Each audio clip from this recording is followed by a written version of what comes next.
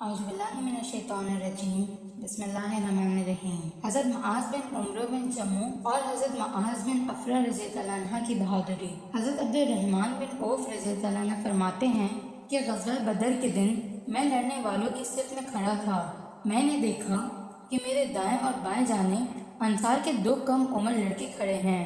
مجھے خیال ہوا کہ میں قوی اور مضبوط لوگوں کے درمیان ہوتا تو اچھا تھا کہ ضرورت کے وقت ایک دوسرے کی مدد کر سکتے۔ میرے دونوں جانب بچے ہیں، یہ میری کیا مدد کر سکیں گے؟ اتنے میں ان دونوں لڑکوں میں سے ایک نے میرا ہاتھ پکڑ کر کہا، چچا جان، تم ابو جہل کو بھی جانتے ہو؟ میں نے کہا، ہاں پہچانتا ہوں، تمہاری کیا غرض ہے؟ اس نے کہا کہ مجھے یہ معلوم ہوا ہے کہ وہ رسول اللہ صلی اللہ علیہ وسلم کی شان میں گالیاں بکتا ہے۔ اس پاک ذات کی قسم جس کے قبضے میں میری جان ہے، اگر میں اسے دیکھ لوں تو اس وقت تک اس سے جدا نہ ہوں گا جب تک وہ نہ مر جائے یا میں نہ مر جاؤں۔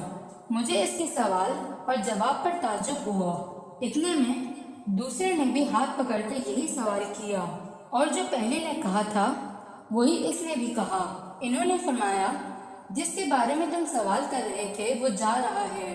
دونوں یہ سن کر تلواریں ہاتھ میں لیے ہوئے ایک قدم بھاگے چلے گئے اور جا کر اس پر تلوار چلانی شروع کر دی، یہاں تک کہ اسے قتل کر دیا۔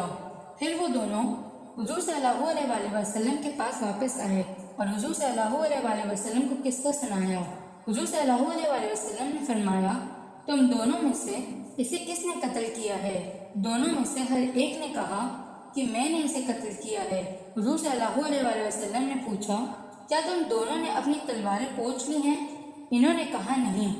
پھر حضور صلی اللہ علیہ وسلم نے ان دونوں کی تلواریں دیکھی اور فرمایا کہ تم دونوں نے اسے قتل کیا ہے۔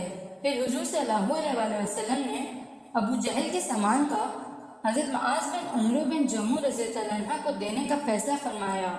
صدق اللہ العظیم۔